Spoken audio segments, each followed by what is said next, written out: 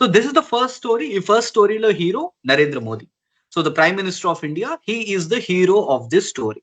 So for the next 2 to 3 minutes complete గా మొత్తం పక్కనున్న వాటిలన్నిటిని మర్చిపోయి ఈ స్టోరీని ప్రాపర్ గా వినండి.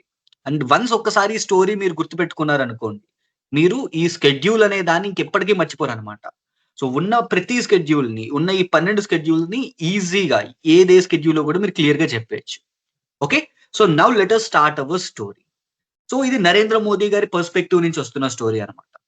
ఈయన ఏమంటున్నారంటే, నేను భారతదేశానికి మాత్రమే ప్రధానమంత్రిని కాదు, అందులో ఉన్న స్టేట్స్ అండ్ యూనియన్ టెరిటరీస్ కి కూడా నేనే ప్రధానమంత్రి. నేను ఇప్పుడు కొత్త పాలసీ తీసుకురాబోతున్నాను. ఆ పాలసీలో ఏం జరుగుతుందంటే, ప్రెసిడెంట్ కి, స్పీకర్ అండ్ జడ్జెస్ యొక్క పవర్స్ అండ్ సాలరీస్ ని నేను మారుస్తాను అని మోదీ గారు చెప్తున్నారనమాట. అండ్ అలా మోదీ గారు చెప్తున్నప్పుడు ఈ లోపు మధ్యలో నేను ఎంటర్ అయ్యాను. నేనేమన్నానంటే, సార్ మీరు ఇంకా ప్రధానిగా ఓత్ తీసుకోలేదు, ప్రమాణం చేయలేదు. మీరు ప్రమాణం చేయలేదు కాబట్టి మీరు ఈ పవర్స్ అన్ని యూజ్ చేయలేరు అని చెప్పనన్నా. సరే అని చెప్పి ఆయన నా మాట విని వెంటనే ఓత్ తీసుకున్నారనమాట. ఆయన ఓత్ తీసుకున్న తర్వాత ఫస్ట్ రాజ్యసభకి వెళ్లారు. నేను ముందుగా రాజ్యసభకి వెళ్తాను. అక్కడ నా ఎంపీస్ తో మొదటి చట్టం చేస్తాను అని చెప్పనన్నారు. ఈయనేమన్నారు, నేను రాజ్యసభకి వెళ్తాను. అక్కడ నా ఎంపీస్ తో మొదటి చట్టం చేస్తాను. అండ్ ఆ చట్టం దేనికి సంబంధించింది? Scheduled areas and scheduled tribals కి ఇప్పటి నుంచి అంతా కూడా నా కంట్రోల్‌లోకి వస్తాయి.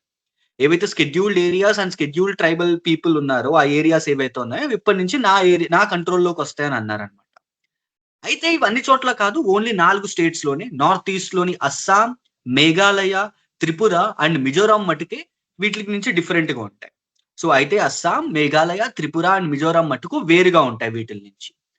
సో మీకు ఇది ఒక కన్‌ఫ్యూజన్ క్రియేట్ అవుతోంది కాబట్టి ఈయనేమన్నారంటే, ఆ ఎంపీస్ ని ఒక 3 లిస్టులు తయారు చేసుకొని రమ్మన్నారనమాట. ఈ రాజ్యసభలోని ఎంపీస్ ని 3 లిస్టులు తయారు చేసుకొని రమ్మన్నారు. అండ్ ఈ 3 లిస్టులు ఏదో ఒక అఫీషియల్ లాంగ్వేజ్ లో, ఇండియాలో ఉన్న ఏదో ఒక అఫీషియల్ లాంగ్వేజ్ లో ఆ 3 లిస్టులు తయారు చేసుకొని రమ్మన్నారు. ఇప్పుడు ఈయనేమన్నారంటే, ఆ లిస్టులు నా దగ్గరికి తీసుకురండి, నేను ఆ లిస్టులని వాలిడేట్ చేస్తాను అని అన్నారు. అంటే ఏంటి? కరెక్షన్ చేయడం అనమాట. నేను వాలిడేట్ చేస్తాను. ఒకవేళ మీరు ఆ లిస్టులు గనుక సరిగ్గా రాయకపోతే మిమ్మల్ని డిస్‌క్వాలిఫై చేస్తాను అని అన్నారు.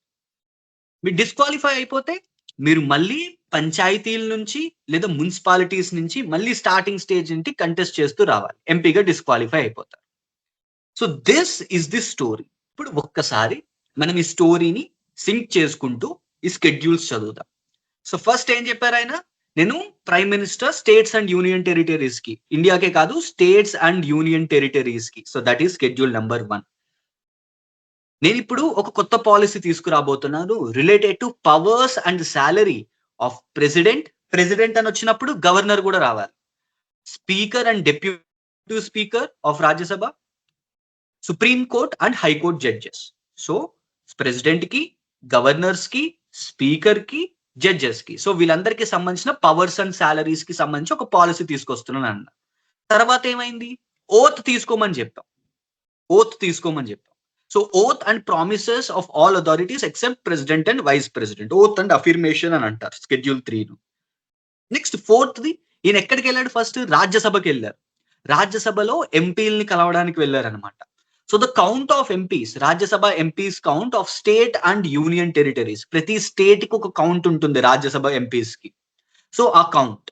అండ్ తర్వాత ఏమైంది? ఈయన ఏం చట్టం తయారు చేస్తా అన్నారు? Scheduled areas and scheduled tribal యొక్క అడ్మినిస్ట్రేషన్, ఆ కంట్రోల్ కి సంబంధించి ఒక చట్టం తయారు చేస్తా అని చెప్పని అన్నారు. ఎక్సెప్ట్ 4 స్టేట్స్ అని అన్నారు తర్వాత. ఆ స్టేట్స్ ఏంటి? Assam, Meghalaya, Tripura and Mizoram. So states of Assam, Meghalaya, Tripura and Mizoram tribal areas administration and control law details. So this is schedule 6. తర్వాత ఏమన్నారు? ఓకే, ఇదంతా మీకు బాగా కన్ఫ్యూజింగ్ గా ఉండొచ్చు, అందుకు మీరు ఏం చేయండి, లిస్టులు తయారు చేయండి. సో షెడ్యూల్ 7 లో మనకి union list, state list and concurrent లిస్టులు కనిపిస్తాయి. 3 లిస్టులు కనిపిస్తాయి. అండ్ ఈ లిస్టుల్ని మీరు ఏ అఫీషియల్ లాంగ్వేజ్ లో అయినా తయారు చేయొచ్చు.